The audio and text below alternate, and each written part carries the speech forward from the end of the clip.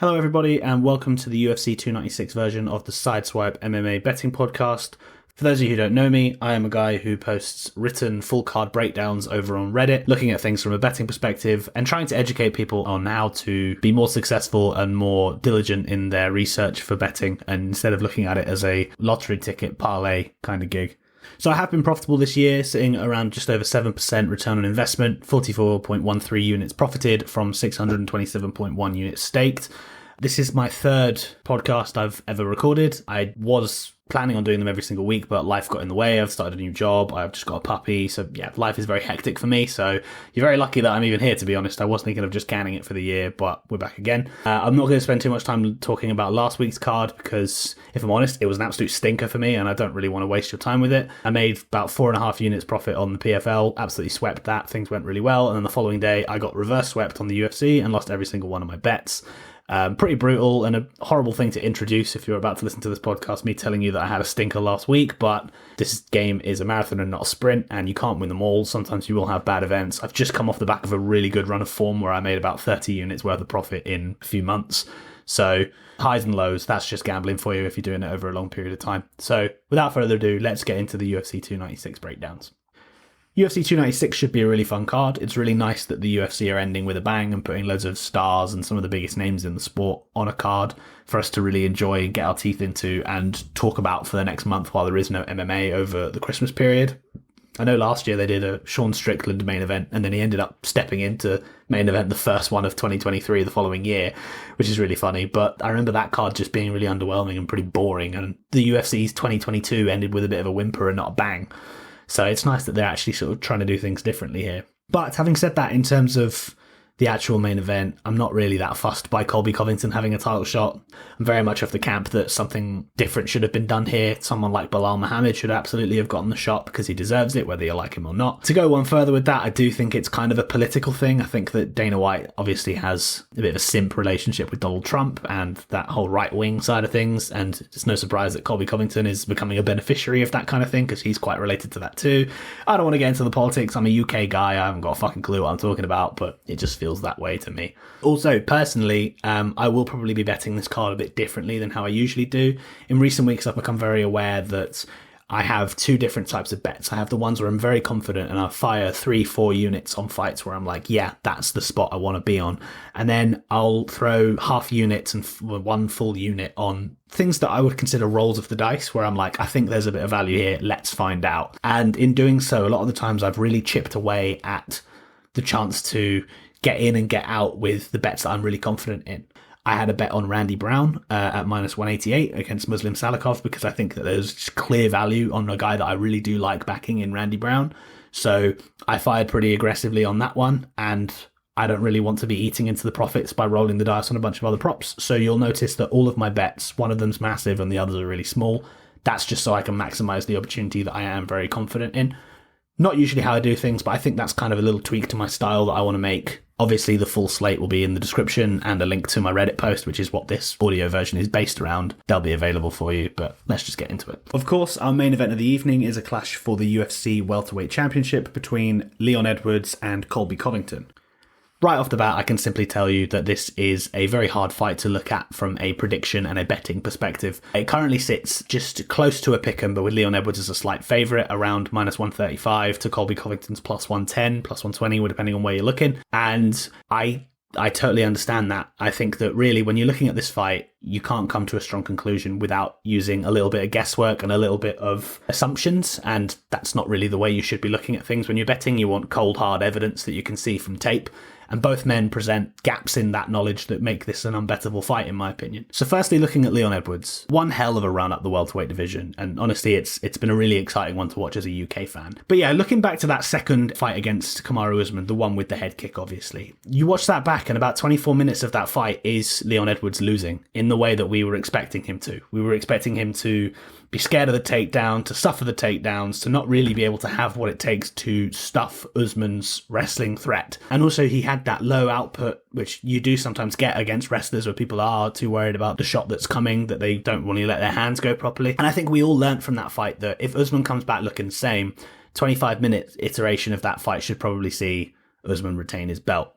Now, I bet Leon Edwards in that third fight against Kamaru Usman because I was kind of intrigued by the idea of the fighter psychology and what happens when you have lost everything that you've built, getting KO'd by some guy who you had beat if you had another 30 seconds. I just thought psychologically there was an absolute massive hurdle for Usman to jump, and I didn't think he was going to jump it.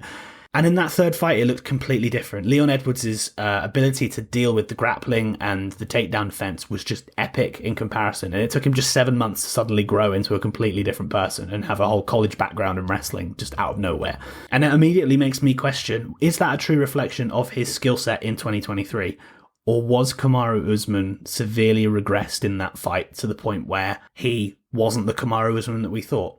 I don't know what the answer is to that question, but I think the fact that I have to ask it kind of means that I can't be confident in knowing what version of Leon Edwards we're going to get. But to go further with that point, I also don't think you can be confident about which version of Colby Covington you're going to get. Simply because he hasn't fought a credible opponent for 2 years, and he did look good in both of those Kamaru Usman fights, in my opinion, but, you know, he's had a lot of stuff going on the sidelines with the lawsuits against Jorge Masvidal. Obviously, taking that Masvidal fight in the first place saw him chasing a paycheck instead of trying to chase greatness. It's just one of those things where I'm not really sure I look at Colby Covington as somebody who is really in it for a hunt for the title anymore, as opposed to just somebody who enjoys being that personality that almost transcends MMA, which he is, because he's obviously so politically driven with his gimmicky character. So yeah, I mean, he's nearly 36 years old now. He hasn't fought a credible opponent that's actually going to like really test him in about 2 years.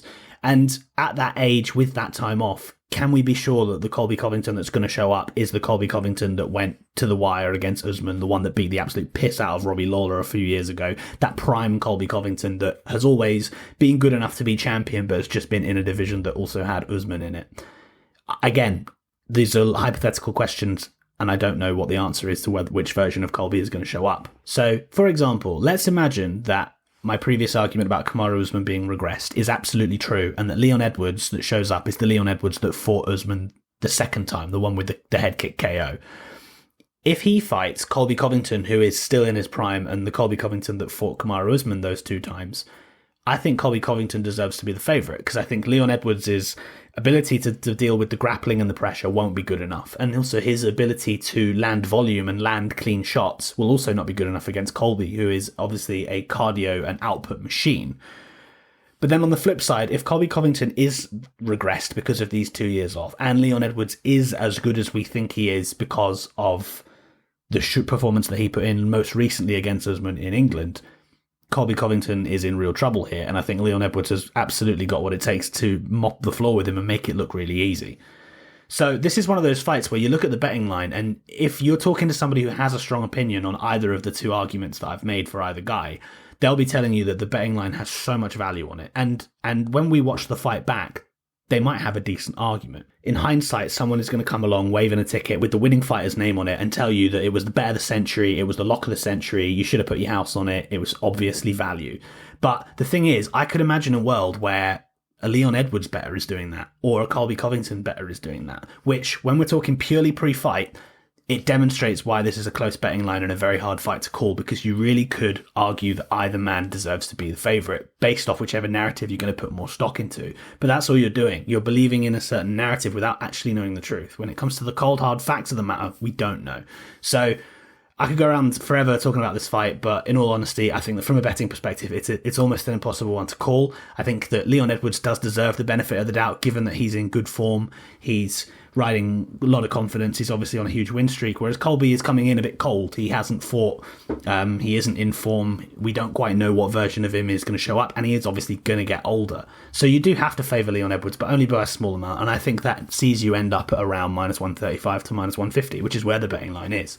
So if you believe either one of those narratives, sure, take the shot on either guy if you want to, but you have to understand that you're doing it with a little bit of filling in the gaps with narratives that you believe in, as opposed to cold hard evidence that you can't argue is absolute truth. That's not the kind of way I want to be betting. I don't want to bet on this fight. It's going to be interesting to see how it ends up, but for now, I have no idea. It's a pass from me. In the co-main event, we have a contest for the flyweight championship between Alexandre Pantoja and Brandon Royval. And from one non-committal stance to another, I think Brandon Royval is a very difficult fighter to cap. One of the hardest fighters to cap in the UFC at the moment. Skill set wise, he is respectable and he is decent pretty much everywhere, but it's his dangerousness that has gotten him as far as it has. He's not that much of a minute winner, and quite a few of his fights, if you watch them back, he actually loses more time than he wins. But just that ability to just flip a switch and score knockdowns, do damage on the feet with his hands, and also lock up really, really intricate and sneaky submissions. It's pretty impressive, and it's a run that has honestly made him one of the most exciting fighters to watch pound for pound in the UFC over the last few years. But unfortunately, he faces Alexandre Pantoja, who in 31 professional fights has never been finished. Obviously, on the return, Royval's dangerousness is going to put him in some compromising positions, and we've seen him go to war a few times and actually be near the point of getting finished himself. The Kai Kara France fight, the Matt Schnell fight, he was in trouble in both of those, but managed to pull wins out of absolutely nowhere on some occasions. And again, really impressive, really fun to watch. But when it came to Pantoja, he just struggled against him from a grappling perspective. He couldn't get him off him, and there just weren't enough moments for Royval to be able to explode and do something exciting and dangerous. The fight didn't last 2 full rounds, but Pantoja was comfortably asserting himself as the better grappler and the technically more sound striker. I think it was probably one of the only times where Royval's dangerousness was really squashed, and we kind of got to see what he actually is like minute by minute, and honestly, it's not championship quality. To make matters worse, the Brazilian has the benefit here of just being better at everything that Royval is dangerous with. The opportunistic submission game is the biggest threat, but Pantoja's BJJ is very high level, and he's got the goods to scramble his way out of pretty much any instance that he ends up in as long as he's not been hurt. We saw that in the first fight. He just seemed like he was 1 or 2 steps ahead of every single scramble and transition that they ended up in, and ultimately he got the finish as a result of that. The KO power that Brandon Royval has is sometimes understated, but I think his last fight proved that he definitely has it. Pantoja's got a ridiculously good chin. As I said, 31 professional fights and he's never been finished. When you remove those 2 key pieces to the puzzle, Brandon Royval's half the fighter that he is if he can't finish you. And obviously that leads to Alexandre Pantoja having quite a significant advantage in the decision-winning realm and also in the finishing realm, simply because he's already done it himself, and he also is just very hard to finish. So I can totally understand why Alexandre Pantoja has been put as the favourite in this fight, and the line has kind of been flipping around a little bit. I think Pantoja opened at like -225, but now he sits at around -170. I think that's kind of understandable because Brandon Royval has been an underdog in so many fights, and obviously with all of the finishes that he's pulling off, and obviously the fact that he's now fighting for a title, he's been a very profitable fighter for a consistent bettor to be backing and making money off. But also, having said that, so much of your trust in Alexandre Pantoja comes in his durability and his ability to withstand that dangerousness. But if there's one man at flyweight that's going to be the person who's going to give Pantoja his first stoppage loss, it's absolutely Brandon Royval. That's the kind of guy he is. It's what he brings to the table. Like I said, he's pound for pound one of the most dangerous and exciting fighters in the UFC today. Given that this fight is going to be a war with a finish that's never too far away, and the live betting is going to be like suspended at every single second, I just don't think it's wise to try and quantify what the true money line should be here. Like, it's going to be wild and it's going to be reckless unless Pantoja can completely nullify him like he did in the first fight with that close, controlled grappling. It is possible that he does that, but Royval's obviously going to be wiser to it this time and is going to have to do a lot more with his footwork and his distance management to try and create the space that he needs to do damage with his hands. So overall, I think it's a tricky fight simply because it's going to be one of those very high volatility, high variance, very likely to be a finish in it kind of fights. And if there was one person that I wouldn't be confident that Pantoja could survive against, it's Brandon Royval, because he's so dangerous. So I don't really know how much of a favourite Pantoja should be in this fight, simply because when you're talking about durability, there will be a time where eventually it will just disappear. And also, even the most durable guys, they can't take every single punch. They can't take every punch that's ever been thrown. There will be one that will eventually knock them out. Their time will be coming eventually, and this could be the time for Brandon Royval. So I don't really know how much of a favourite Pantoja should be, but he should be a favourite given how able he was to control the fight with the grappling in the first encounter, and also the psychological advantage he has of having a victory over the guy that he's fighting here. So I don't know how much Pantoja should be a favourite buy. I'm not really going to be backing it, but honestly, if you want an underdog shot, Brandon Royval has proven himself to be somebody that you can absolutely trust with a plus next to your name. So dog or pass in my opinion, but I won't be betting it myself. Elsewhere on the card, we have Shavkat Rakhmonov versus Stephen Thompson, which is an interesting fight to say the least, but one that really does have a narrative to it behind the scenes. So at his age and at this stage in his career, Stephen Wonderboy Thompson is very much a finished product. He's an evasive karate kicker that has the potential to completely embarrass opponents that can't hang with him on the feet. He has gotten a bit older, and that aura of invincibility has certainly left him ever since he got KO'd by Pettis. But it hasn't stopped him from sometimes just rolling back the years on some occasions and putting on a clinic against young prospects that we are actually quite high on from a finishing perspective. People like Vicente Luque and Jeff Neal, those were vintage Stephen Thompson performances. And they both came in spots where people were starting to think that he should be counted out because he's on the decline and that he's not as quick anymore. Stephen Thompson is to be respected. He will surprise you. But to me, it's no surprise that Wonderboy is fighting possibly the second biggest prospect in MMA. So for those of you who don't remember his last fight, or his last scheduled fight, Wonderboy was supposed to fight Michel Pereira on a UFC pay-per-view a few months ago. Can't remember what the card was off the top of my head. But Michel Pereira missed weight, and Thompson rightfully turned down the fight. He didn't care about the fact that he would be getting 20% of the purse. He just didn't want to fight at a catch weight and give Pereira the opportunity to have that advantage over him, simply because Stephen Wonderboy Thompson was probably going to be winning on the feet and losing on the grappling. So to give a weight advantage to a grappler is a pretty stupid thing to do. People always talk about being a company man and be down to fight whoever, whenever, etc., etc. But at the end of the day, you've got to be careful with your record, and you've got to be careful when it comes to getting paid. You get double the money if you win and only half of it if you lose. So yeah, Wonderboy did the right thing.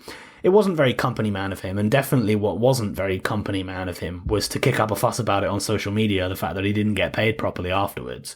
So the UFC, they squared it all, and they gave him his show money after trying not to give him his show money.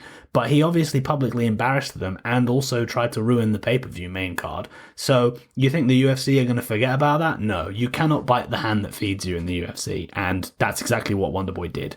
Because if you do bite the hand that feeds you, you might get faced with an absolute phenom in your next fight. You might get faced against Shavkat Rakhmonov. Shavkat Rakhmonov is honestly just terrifyingly efficient in all areas of MMA. He's a great striker. He's got really impressive cardio. He's got powerful striking. He's got good volume to go with it.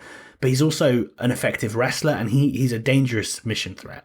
We've very rarely seen anybody do what he did to Neil Magny, apart from someone like Gilbert Burns, and he's obviously incredibly credentialed in the grappling departments. In short, I think Shavkat Rakhmonov has a lot of areas covered in MMA, and he's a very hard man to look good against, because there isn't an area you can really try to exploit. On the subject of areas to try and exploit, the same cannot be said for Wonderboy. His takedown defense has been pretty atrocious in the last few years, and seeing the way that Gilbert Burns and Bilal Muhammad absolutely wiped the floor with him, and even Kevin Holland had some grappling success against him, it's just been pretty awful, and it's a liability that he's going to have troubles against pretty much everyone in the top 15 these days, because it's such an obvious path to victory for you if you're fighting him.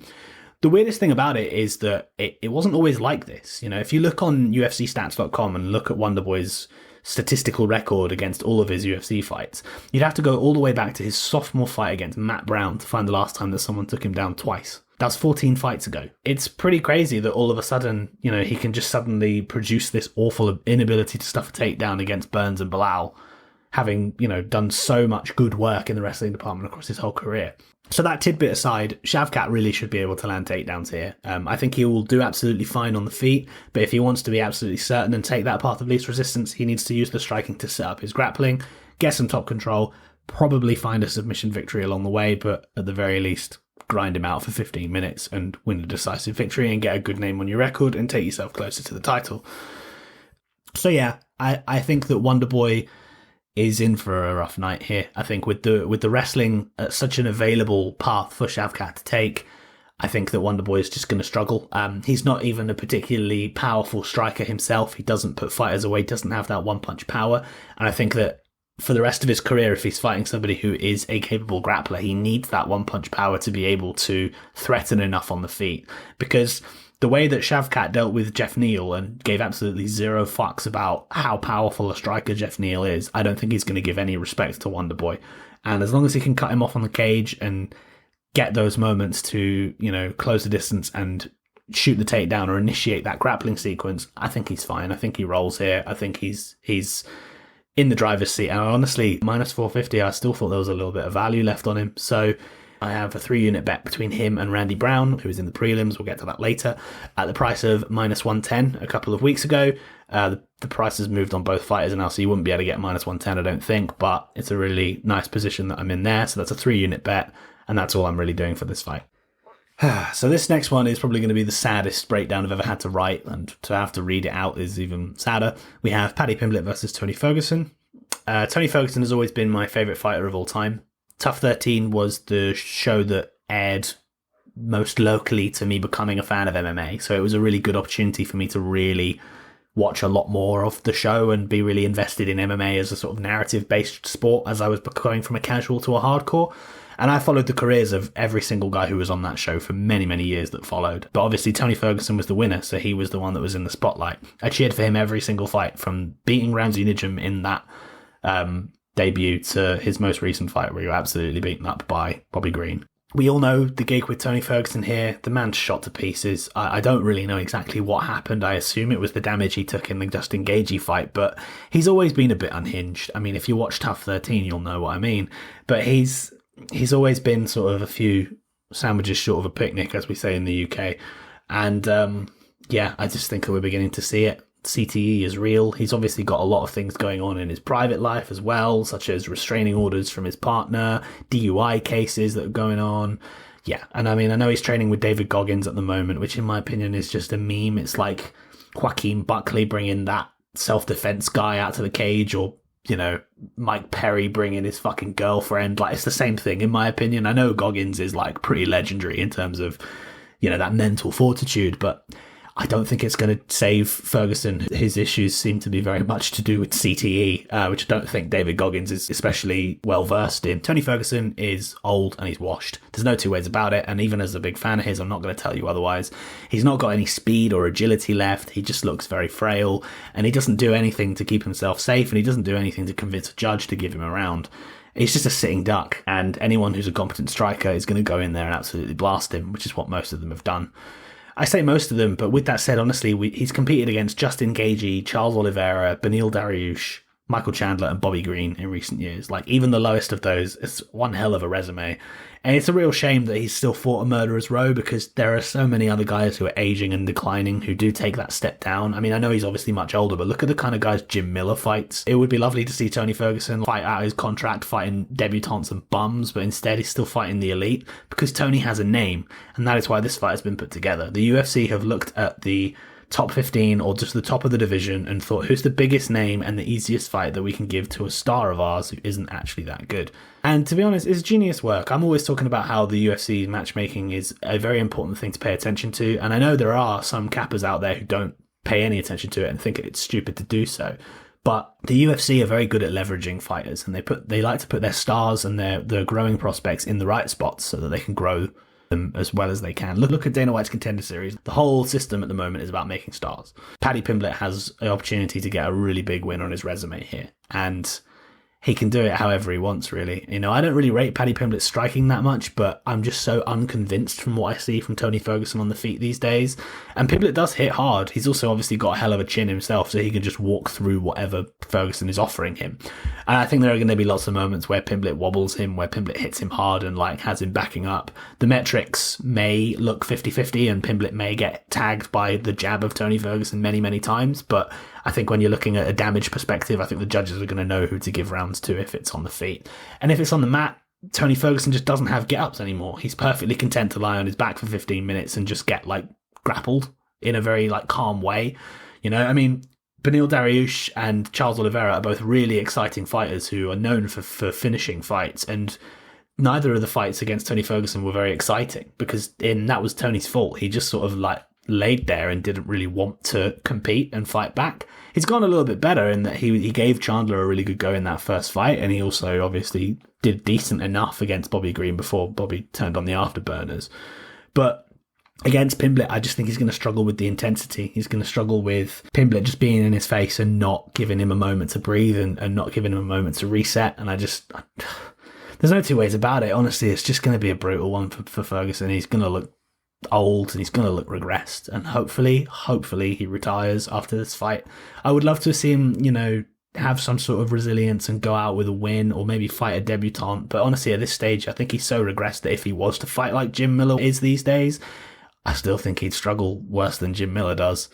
So yeah, in short, Pimblett's rough around the edges. Skill for skill, I don't actually think he's that good compared to Tony Ferguson, and Ferguson in his prime would absolutely destroy him.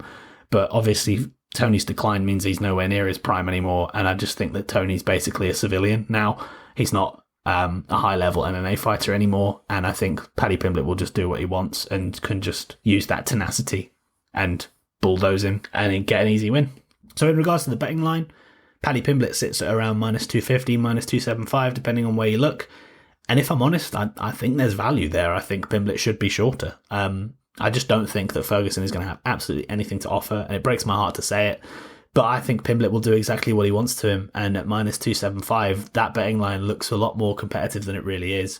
People are very low on Pimblett. They have been for a long time. He's one of those fighters that you love to hate, and obviously that Jared Gordon, I call it a loss. I know he won, but a loss was obviously something that hurt his stock pretty badly. But if we're honest, this is exactly the kind of fight to lay him up and get him that bounce back win and a good name on his record. And the UFC know what they're doing. Minus 250 on Pimblett is actually pretty decent from a parlay perspective.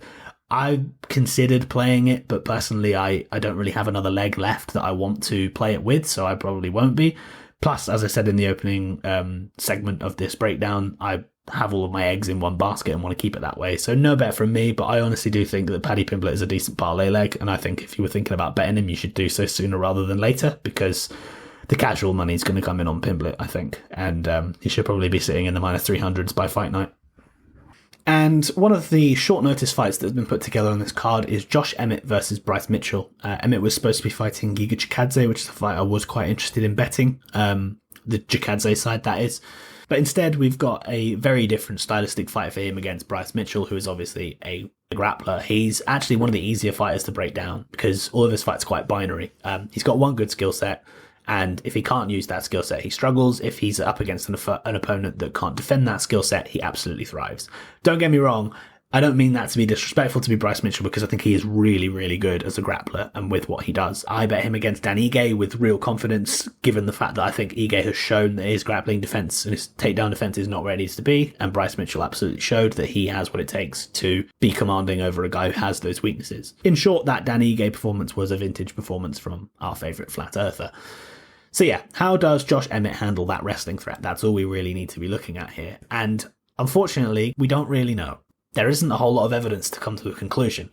It's very surprising, seeing as Josh Emmett has been a 13-fight UFC veteran in one of the most well-rounded divisions. But he's only been taken down by 4 different opponents. Most recently, Ilia Topuria, who fought him a few months ago, managed to get 3 takedowns on him, but all 3 of those takedowns came in the 5th round when there'd already been a 20-plus minute striking rhythm, and in moments like that, fighters are a lot more susceptible to takedowns because the muscle memory's not there, and they haven't really expected it.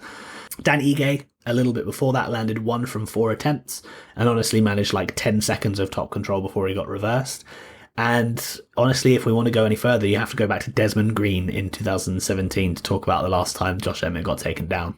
So, do I think Bryce Mitchell is a next level grappler that should be able to get the job done against Emmett, who is declining? Yes, I do, but it's an educated guess. It's not something that I can, pull up a fight, point to it and say, here is cold hard evidence of the fact that Josh Emmett is going to get taken down and wrestle fucked in this fight.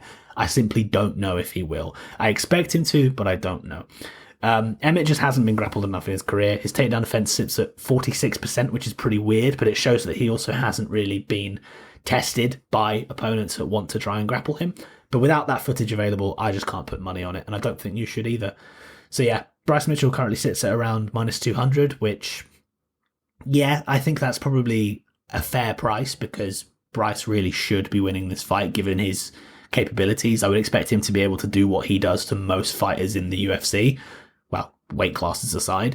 And he should be able to do it to Josh Emmett, but because we don't know, you can't go crazy with the price. So yeah, I personally would have Bryce Mitchell at around 2-1 favourite. So yeah, I think the betting line's pretty accurate for this fight, and I don't really have any interest in playing it. So after all those blockbuster fights, we take a little bit of a dip in caliber as Irene Aldana faces Karol Rosa. And can I just say, Irene Aldana absolutely shat the bed on the big stage. Like, imagine training your whole life for one moment to face the female GOAT, Amanda Nunes, and that is what you produce. Honestly, I feel quite sorry for her, because she probably has watched that fight back 100 times and just felt like shit, because she fought like shit. So yeah, Aldana, she's got power, no doubt. She hit 3 knockdowns in her last 3 wins, and that's pretty impressive for women's MMA. But She showed in that Nunes fight, and she's shown many times in her career, that her takedown defense and her inability to get back to her feet will always be a hell of a concern, and it'll always stop her from being dominant enough. So against Karol Rosa here, that is immediately a concern, because Karol Rosa is primarily a striker, but has also shown an ability to use takedowns and top controls when she sees fit. Ironically, both of these women are actually quite similar in the sort of trajectories of their careers in terms of what their strengths and weaknesses are inside the octagon. Rosa's kind of suffered the same fate. She's been a trailblazer on the feet in the lower levels of the division, and has shown herself to be better than most of the women that she fights from a striking perspective. She landed 100 plus significant strikes on numerous occasions in her MMA career at the low levels of the UFC. But then when she got to the top 15, there was a very clear sort of ceiling that she hit pretty hard, and suddenly she just did not look anywhere near as good as we initially thought she was going to be. She's had one too many dodgy performances for me against Sarah McMahon, Norma Dumont, Yana Santos, Lena Landsberg. They're all fights that, you know, regardless of what the betting line is, she let them run really close, which, you know, you just can't necessarily be trusting somebody at this level when that's what they produce on their best day. So yeah, I mean, regardless of how you look at it, she is facing a number one contender here, and Irene Aldana is pretty damn good on the feet for the women's MMA standards. So I do think that there are concerns for Karol Rosa here. So yeah, this just feels like a pretty close fight to me. I don't see a whole lot of clear advantages on either side, but I do see a whole lot of equally weighted weaknesses on both sides. Aldana's obviously got the dangerousness with her power, which puts her as the slight favourite.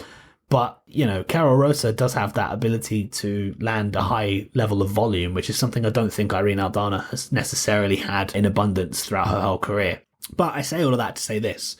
This is about betting. This is a betting podcast. And Karol Rosa is currently sitting at around plus 163, I think, which I've just said I think this is a close fight, and I think both women are equally flawed. So to me, I think this fight should be nearer to a pick'em. I'm happy to say that Aldana should probably be favoured because she has that power advantage. She's more likely to get a finish, and she's more likely to swing rounds with knockdowns or damage. And Rosa has been damaged before. But if you're going to a decision here, I think that Karol Rosa has absolutely got what it takes to be competitive. And for that reason, I will be rolling the dice on a 0.25 unit bet on Karol Rosa to win by decision, assuming that I get plus 250 or better, which I probably should do. She's reliable to win on the scorecards if she has success. I know she lets fights run close, and I said that as a criticism earlier on, but if you're betting on the underdog, fighters who let fights run close is a pretty good thing, because it shows they're able to fight up when they're apparently fighting harder opposition. Karol Rosa is the kind of girl I would want to back in a close fight like this at plus 163. I probably would line her at about plus 125 personally. But yeah, so extending it a little bit for a 0.25 unit stake going on that decision prop, I think it's a good way to sort of maximize the price that you can get for an underdog shot for a smaller kind of stake. And following on from that kind of underwhelming fight, we have a really exciting one in the prelims, which is Cody Garbrandt versus Brian Kelleher. I believe this is the fight that matchmaker contest winner has put together. And to be honest, I actually think he's done a pretty good job here, because I think this is a really exciting fight between two guys who are probably in the tail ends of their careers, but are very reliable to have a good old scrap that's really exciting for the fans. In all honesty, I feel like I know these guys' games really well, that I honestly haven't done tape on this fight, because I think I know what the value bet is going to be here. Brian Kelleher, he hasn't fought in some time, and he's never been a particularly good fighter by like a minute winning standard. He's not atrocious at anything, but it's just quite obvious that he only really thrives by feasting off the lower end of the UFC. And do you know what the weirdest thing for me, as a little bit of a tidbit, looking back at his UFC career, his record in terms of the people he's lost to is absolutely insane. Listen to this for like a roll call of people that he's lost to. Marlon Vera, John Lineker, Montel Jackson, Cody Stamann, Ricky Simone, Umar Nurmagomedov, and Mario Bautista. That is a murderer's row. That's probably one of the toughest, like, strength of schedules. So onwards to Cody, whose career trajectory is obviously quite well documented at this stage. He had tons of potential in his first few years in the UFC. He had so much speed, so much power, amazing striking ability, and like amazing movement. But all of those weapons were wielded by the man with the mentality of a teenage boy. And it was only a matter of time before the wheels fell off. And when they fell off hard. Yeah, like he had the scrap with TJ Dillashaw a couple of times, and his ego got the better of him, and his ego just continued to get the better of him until he lost like 4 in a row by knockout. Watch the second KO loss to TJ Dillashaw and tell me he's not the stupidest fighter we've ever seen. He throws the exact same hook 3 times and gets countered 3 times, but he just doesn't stop throwing it. It's just insanely bad fight IQ. And that fight IQ has led him to have chin issues. He's been KO'd so many times by Cara France, by Pedro Munoz. Like you just, his chin is dust. And unfortunately, Cody Garbrandt is damaged goods, which is a shame because I still think that his win over Dominic Cruz is, pound for pound, one of the best performances we've ever seen inside the UFC octagon. Ironically, only really rivaled by TJ Dillashaw's performance against Renan Barão back in the day. If you've not seen that, it's an absolute banger of a fight. So the UFC have used Cody Garbrandt quite appropriately during his demise, providing layup opportunities for like a new cohort of prospects and giving them the opportunity to be thrusted into the spotlight. People like Rob Font, people like Cara France have obviously taken the opportunity very well and have turned themselves into like coherent members of the top 15 with wins over Cody. But the UFC have also cleverly sprinkled in some more winnable fights for Cody in recent years now that he's kind of gone past that damaged goods stage. You know, fights against Trevin Jones, who literally doesn't throw a punch, and Rafael Assunção, who's probably just a little bit more washed than Cody is. And in those two fights, we saw quite a lot from Cody. We saw that he's still capable of channeling that slightly worse version of the man who was once a champion. But to be fair, we also saw him in those aforementioned bouts where he didn't really have to worry about the one thing that he's particularly weak with, and that's his chin. So it's pretty obvious to me that Cody Garbrandt is still a much better fighter compared to Brian Kelleher. And if you told me this fight was going to last 15 minutes, I'd be very confident that Cody Garbrandt was going to win.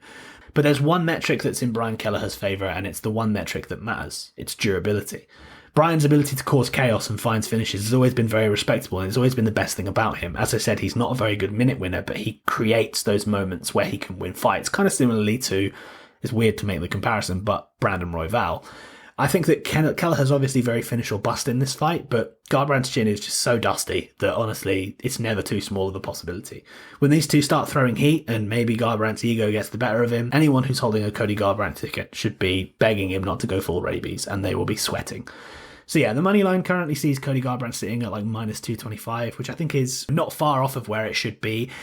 It's definitely a little bit juicy, and I wouldn't recommend paying minus 225 because it's a steep price to pay for a man who just needs to get hit once cleanly and that's it. Especially considering at the moment Garbrandt's chin doesn't look anywhere near as bad as it actually is, given the fact that he's, you know, had some commanding wins in the last few years against Trevin Jones and Rafael Assunção. So yeah, the money line is what it is, but the interesting bet here is going to come from Kelleher ITD or Kelleher by KO.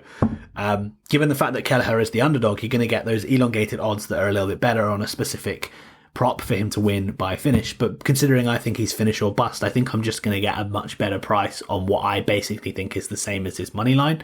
So yeah, I will have 0.25 units on Kelleher ITD as long as it's like plus 300 or better, which it probably should be. I'm not saying it's a sure thing at all. It's a 0.25 unit bet. I'm rolling the dice, as I often say. I know that Brian Kelleher is the inferior fighter here, but I kind of had the exact same logic when Cara France fought Cody Garbrandt. He just needs to collect clean, and you're going to see one of the worst chins we've got in the UFC at the moment. Cody is too much of a sucker to play it safe, and I think that he will engage in a swinging contest if Brian Kelleher gives him the opportunity for that. And Brian Kelleher will absolutely do that. That's the kind of fight he is. So yeah, more than happy to roll the dice on Kelleher ITD. I'm not saying it wins, but when you're talking 3-1, I'll absolutely take those odds. And next up, we go back to women's MMA for a bout between Casey O'Neill and Ariane Lipski, which I think is a very interesting fight when you look at the statistics surrounding it. So Ariane Lipski is one of the more well-known fighters in women's MMA prelims, simply because she is a real binary fighter. She's pretty good in the striking department. That Queen of Violence nickname, she really has lived up to that in recent years, but she's absolutely atrocious on the mat. Her takedown defense has been so bad that she's been beaten in the grappling by Antonina Shevchenko and Molly McCann. And if that wasn't bad enough, she also got knocked out by Priscilla Cachoeira in just over a minute a few fights ago, which is also pretty shocking. So yeah, Lipski's ceiling was very, very low because we knew she was a busted prospect that can't defend takedowns. Then she gets brutally KO'd, and then she gets put in 2 fights back-to-back against decently well-rounded fighters that absolutely have what it takes to outgrapple her in JJ Aldrich and Melissa Gatto. Ariane Lipski goes on to defend 19 takedowns, and suddenly her takedown defense looked absolutely elite, like all in the span of a few months after she gets knocked out. It was honestly one of the biggest shocks of the year to me, and I just did not see that coming at all, and I'm sure a lot of people lost money on those fights. So the question becomes, has she turned a corner? Were they just flukes? Were Aldrich and Melissa Gatto having bad days, or are they actually really bad grapplers themselves? I have no idea, but we're definitely going to find out in this one against Casey O'Neill, because Casey O'Neill is a fighter who is a C grade striker, but a B plus, A minus wrestler. I think she's a very impressive grappler who does really good work in terms of the tenacity of her landing takedowns and just having that smothering top control. I think O'Neill was being looked at as a pretty decent prospect before she fought Jennifer Maia most recently. And she did that thing that women's MMA fighters are occasionally prone to doing, where she completely abandoned what got her to the dance, and then she just role-played as a striker against a decent striker who has bad grappling defense, Jennifer Maia. That game plan was probably premeditated by the fact that she beat up old lady Roxanne Modafferi on the feet for 15 minutes, but Jennifer Maia is nowhere near as bad as Roxanne Modafferi was, and she deserved a lot more respect that she didn't get, and it was a great underdog bet. So yeah, whilst I question the true capabilities of Lipski's takedown defense, and I'm not sure how good or bad it is, I also have to question the dedication that Casey O'Neill has to her grappling advantage, because she's shown in the last 2 fights that she hasn't really been interested in using it when she should. This betting line honestly looks like what I was expecting the betting line to look like if the fight had been booked a year ago when Lipski had that shit takedown defense. If we knew that Casey was going to shoot and we knew that Lipski still had that shitty takedown defense, I would absolutely make Casey O'Neill around minus 250, which is currently where she probably sits at the moment in the betting line. So yeah, I think Ariane Lipski can do exactly the same thing that Jennifer Maia did in the stand-up against Casey O'Neill. It just depends on whether or not Casey O'Neill gives her the chance. And furthermore, you know, if Ariane Lipski has developed her takedown defense a massive amount, who's to say that Casey O'Neill can even get the fight to the floor if she tries? She probably can, but we don't know for sure. Yeah, I just think that with that in mind, you've got a really good opportunity for Ariane Lipski to be plus 175 in a potentially striking-based fight against a worse striker. And to me, that just sounds like an opportunity to get a really good underdog win under your belt. So I'm definitely interested in betting Lipski. The price seems to be getting bigger and bigger, so I've not bet it yet, but I know I'll be playing a 0.25 unit bet on Lipski at like plus 175 or better. Probably can get better at this stage, but just to be sure. Yeah, I'm waiting to see what the betting line does, because I imagine that knee-jerk reaction to Ariane Lipski being a shit grappler and Casey O'Neill being a grappler is probably what a lot of people are going to lean on, and therefore bet Casey O'Neill in a lot of parlays.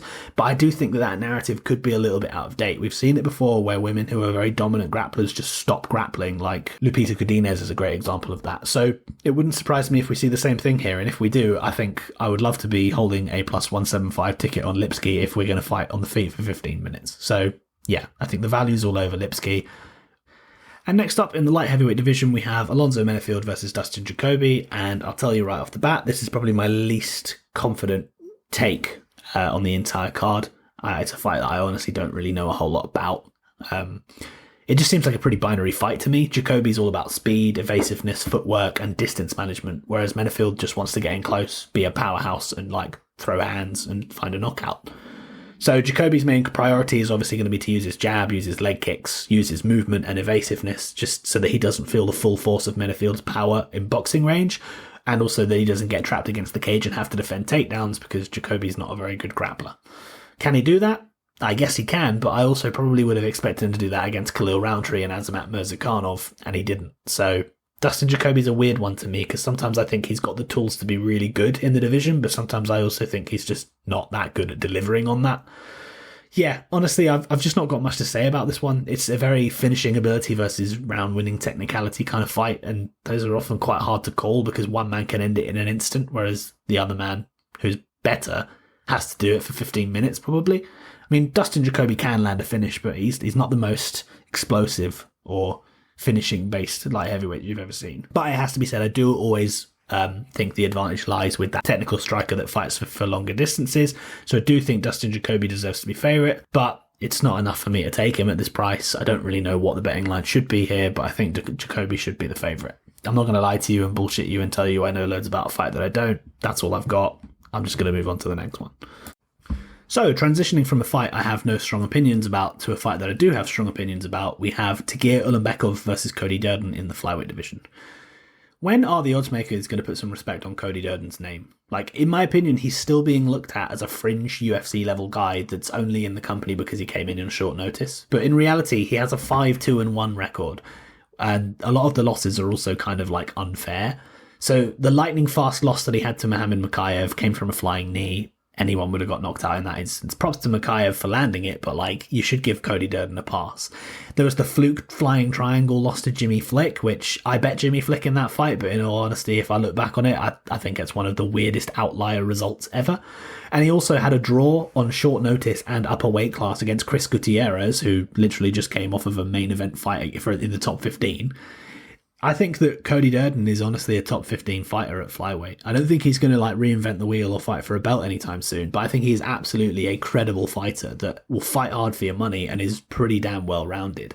He has impressive wins over people like Charles Johnson and Jake Hadley, who are, two pretty crafty grapplers. I know Johnson gets a lot of shit because he's just not very good, but he's a competent martial artist, He's somebody who is actually quite hard to look good against if you're not on your game. So Durden faces Tagir Ulanbekov, who, in my opinion, is a little bit of a fraud. He's got that affiliation with Khabib, and he trains with Makhachev as well, and everyone knows it, and he came into the UFC being advertised as, like, the flyweight Khabib. And I honestly think he's ridden the coattails of that pretty far in his career. He squeaked by Bruno Silva in his debut. He squeaked by Alan Nascimento. And then finally his luck ran out when he couldn't quite squeak past Tim Elliott. All three of those fights were really, really close. And if you look at MMAdecisions.com and look at the actual scorecards, people don't know who to give those fights to, And he's been a big favourite in quite a lot of those fights as well. So there probably is long-term a good idea to fade the guy. So I think Tim Elliott is an interesting one in that he actually has some pretty comparable skills to Cody Durden, except I actually think Cody Durden's a better striker of the two of them. All three of those aforementioned names that went down to the wire against Ulanbekov did so from grappling-based fights, and there were lots of scrambles, takedowns on either side, and just gritty tenacity across 15 minutes and an ability to wrestle.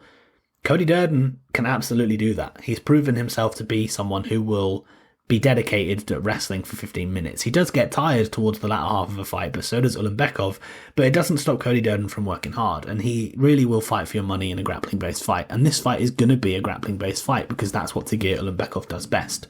In Cody Durden's 8-fight UFC career, the one thing that he hasn't been is out-grappled by anyone, and he's done a hell of a lot of out-grappling himself, so I don't really understand why Cody Durden is so big of an underdog here in a fight that I think is pretty 50-50. I can't deny that Ulanbekov has faced a pretty stiff level of competition in just 3 UFC fights. Like, all of the guys he's fought are probably top 15, and so perhaps I am underrating him a little bit, but I just think that stylistically Cody Durden is the kind of grappling-based dog that's going to be a handful for him. I just can't see Tagir Ulanbekov winning this fight decisively and getting a finish via a submission or a striking or winning 30-27 on the scorecards, because I don't think Durden is the kind of guy that will just lay down and take it in those kind of fights. He's had lots of opportunities to quit inside the cage and he just does not. I can't really make the argument that Durden deserves to be a favourite necessarily, but I do think that it's quite likely that this one goes to a razor-close, almost split decision kind of fight. So for that reason, I'm interested in the underdog, especially when he's sitting at around plus 130, plus 140, and the odds might even increase and you might be able to get a better price. So given my strategy that I mentioned earlier on about keeping it small, whilst I do think Cody Durden is a great person to back as an underdog, I'm going to roll the dice a little bit on something bigger and go Cody Durden to win by decision at plus 200 or better. I just don't really rate Durden's ability to win inside the distance. I think in fights where he's had opponents dead to rights, gassed, and he's still got a lot of gas left in the tank himself, he still hasn't really shown a finishing ability, and I don't think he's going to have it against Ulanbekov here. So Durden by decision is pretty much a likely outcome, in my opinion, on a fight that's pretty 50-50. So if I can get plus 200 or better than that, I think that's a really good prop bet to be betting on for this fight. So I will have 0.25 units on Cody Durden to win by decision at plus 200 or better by the time fight night rolls around. And now onwards to one of the more messier fights on the card. We have Martin Buday versus Shamil Gaziev making his UFC debut. I wrote for Martin Buday's last fight that he was just a very confusing fighter to me. He just doesn't appear to be someone who is particularly good or bad at anything. He's just efficient at getting the job done. Honestly, when you look at what he actually brings to the cage, it's a bit of a miracle that he's like 4-0 in the UFC. I'm not actually sure what his record is. I've not got it in front of me. But he hasn't lost yet, which I think is quite surprising because he doesn't really blow anyone's hair back when he actually does fight. His most recent win against Josh Parisian was probably his most commanding one, and it ended in him winning via Kimura. But Josh Parisian is honestly a bit of a white belt on the mat, so I think that was kind of expected. He looked good on the feet in that fight too, it has to be said. He had good patience, good evasiveness for a bigger guy, and he picked his shots really well. I always like it when fighters do that. You see a lot of times where fighters will just throw 1-2s aimlessly and they've almost got their eyes closed while they do it, but Martin Buday is somebody who's quite patient and he knows what kind of shot he wants to throw when he throws it, and that's something that I think can look quite good in the eyes of the judges. So over to Shamil Gaziev. He's making his UFC debut, so I have to obviously watch some regional tape to get a bit of a grasp on what kind of a fighter he is. His Dana White's Contender Series win was so sloppy, and honestly, he doesn't really look like much apart from a typical Dagestani heavyweight, and the Dagestani style is one that I think leans more towards lighter weight classes than heavier ones, because a lot of the Russian guys that you see at heavyweight just never end up being as good as they should be. Yeah, he's somebody who hustles in the grappling department. He's a bit overweight, he's a bit plodding, his striking's powerful, but not the most technical. It almost sounds like I'm describing Martin Buday, but this is Shamil Gaziev I'm talking about. Yeah, he hits hard, I definitely can't disagree with that, but some of those grappling exchanges in that Greg Velasco fight on Dana White's Contender Series were shocking, were really hard to watch. If Dana White wasn't trying to sign everybody on that show, I don't know why he would have picked Gaziev to be in the UFC. Before that fight, he fought former UFC failure Darko Stosic, who was so underwhelming when he was in the UFC, KO'd him in under 3 minutes with a pretty nice uppercut. And before that, he went to his only decision win against a guy called Karol Kornilov, who just did not look very good at all. And anytime Shamil got him to the mat, he kind of just laid there in typical light heavyweight fashion. He did absolutely nothing with the takedowns that he did get, and when he was on the feet, he just sort of cage pushed his way to a split decision. It was a very underwhelming fight, and it wouldn't have taken much for that Karol fighter to actually win it, but he didn't really have much of his own to sort of throw around. Other than that, Shamil Gaziev's record is just him destroying a bunch of nobodies with no experience who have barely any wins on their record. From what I saw, and what I saw was low level, so I'm not really that confident in what I saw from Shamil Gaziev. Buday just looks like he's going to be the more fluid striker. He showed enough in that 4-minute win over Parisian that he's probably got the goods to get the job done here. I was a bit concerned by how consistently Jake Collier was able to pressure Buday up against the cage, and I think that's something that Gaziev could be able to do. But Buday did still do decent work in that position. My gut feeling here is that Buday could actually be value at minus 170, but given that we're dealing with fat heavyweights, this really is not the kind of fight I ever really want to be backing. So I just don't think I'm going to get involved here. I also do think that there is a lack of relevant tape on Gaziev. So really, you do kind of have to take all of your opinions with a pinch of salt, considering he's either fighting cans or scoring quick finishes. So yeah, overall, I just think it's going to be a pass. If you did want a prop bet for this fight, which I won't be playing myself, but I think it'll be interesting. I think Martin Buday by the submission could be an interesting one. Seeing the way that Gaziev kind of consistently made the mistake of getting caught in a Kimura lock against, I think it was that Karol Kornilov fight, and seeing the way that Martin Buday quite seamlessly cinched up a Kimura of his own against Josh Parisian could be an interesting angle on the fight. But yeah, as I said, it's not really one I'd be interested in playing. But I do think Martin Buday probably looks like value by the end of the fight. And finally, we reached the first fight of the night, which ironically is my main event of the evening. We have Randy Brown versus Muslim Salikhov. So if you've stuck around for a long time, you'll know that I think very highly of Randy Brown. I bet him to upset Jack Della Maddalena earlier this year, and I still think he could. I think he just got unlucky with that round 1 KO. I also bet him in his most recent fight to beat Wellington Turman, where he had a commanding decision there. And I just generally believe that the guy is a top 15 fighter because of the skill set that he has and what he brings to the table. He's well-rounded, he's got a great frame for welterweight, and as long as he's not getting walked down and put under pressure by a hard hitter, I think it's very difficult to look good against him. Muslim Salikhov, on the other hand, is 39 years old and still painfully one-dimensional. He's not a bad striker, but as he gets older, he does really look older, and he's getting slower, and he's getting more plodding, and it's just... Honestly, I don't really look at him and get a whole lot of confidence that the guy knows how to win fights and win rounds. He throws a lot of spinning techniques as well, which is something I'm never really massively a fan of unless you're doing it in a way that's limited and spared and you're setting it up properly, which I don't always think he does. He's also not much of a pressure fighter, and he wants to be at kickboxing range so that he can use his kicks and use his spinning attacks, which is great if he's fighting an 8-inch reach disadvantage, which he is against Randy Brown, and Randy Brown's also going to be the quicker guy because he's just naturally more athletic and younger. So Salikhov also has benefited from not facing particularly good grapplers in the UFC, and it hasn't taken much for an opponent to demonstrate a clear advantage against him on the mat. I mean, watch his debut loss to Alex Garcia, and you'll see a guy who had lots on the feet, but absolutely nothing as soon as the fight hit the mat. He's also not got particularly good cardio in medium to high-paced fights because he wants fights to be really slow and just boring, lulling kickboxing affairs. So as long as Randy Brown puts foot on the gas a little bit, I think he has the potential to tire Salikhov out in the later half of the fight. And Salikhov comes into this fight off of a unanimous decision loss to Nicholas Dalby, where he lost 30-27 on 2 of the scorecards. Now, I know everyone thinks of Nicholas Dalby at the moment as that hero who upset the -600 favourite Bonfim recently, but remember what we were all saying about Nicholas Dalby prior to that fight. Dalby is not very good. He's been getting the better of fellow veterans, and that's the only reason he's been able to stay in the UFC, because he's been propping his career up against fellow old guys. And he's not a borderline top 15 talent like Randy Brown is. He's not anywhere near the top 15, and he still soundly beat Muslim Salikhov at Salikhov's own game for the most part. So that just makes me think that Randy Brown absolutely has what it takes to make this one a walk in the park. I just simply think that there are big differences between the two, and they all favour Randy Brown. Athleticism, speed, cardio, diversity of strikes, and also just youthfulness. I just simply think that there's a big difference in a lot of areas, and I think most of them favour Randy Brown. Athleticism, speed, cardio, diversity in an MMA context, and also youthfulness are all in the favour of Brown. The only advantage I give Salikhov is pure power, and given that he's more kick-based than strike-based, I don't really think he's a scary walk-off KO kind of guy anyway. Not like Jack Della Maddalena anyway. So yeah, there is a path to victory for Salikhov in that one-punch KO, but I think it's small, and I think it's a low percentage outcome, and it doesn't happen more than 25% of the time, in my opinion. I was expecting Randy Brown to be about minus 300 in this fight, so seeing that we could have got him at minus 188 for quite a few weeks, I obviously had to play him. I bet Randy Brown for 4 units at that minus 188 price tag, and then as I did more research on the card, I combined him with Shavkat Rakhmonov for a further 3 units at minus 110. I'd be very surprised, I've written in my breakdown, I'd be very surprised if Randy Brown doesn't hit minus 250 by fight night, but he's already minus 250 now. So as you can tell, this is like the cornerstone of my entire betting card, as I explained in the opening section. This is basically a big bet for me. I've got 7 units on Randy Brown and also a Parlay Pieces bet on a few different guys. So 7.5 units on Randy Brown in total. It's my biggest bet of the year. I think it's a very confident spot. I think Randy Brown should walk through Salikhov, make it look easy, get the prelims off to a great start, and have a winning night for me very early on. So yeah, 7.5 units on Randy Brown at minus 188. That price is now gone. I think he should be minus 300. So if you can get him around minus 250 at the moment, you've still got a good parlay leg there, in my opinion. But yeah, I think Randy Brown's the guy. I think that's the bet of the card this week.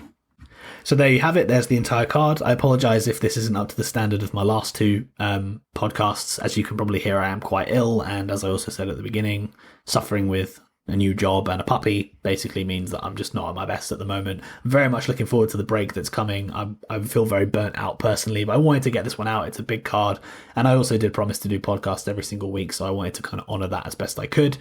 So, without further ado, here's a breakdown of all the bets that I've just talked about. This is my slate for the entire card. I may add some more stuff, and I haven't actually played all of these yet because props aren't out. So you'll have to check my Reddit post, which will be linked in the description and in the comment section, to see what my overall slate is by the end of the week.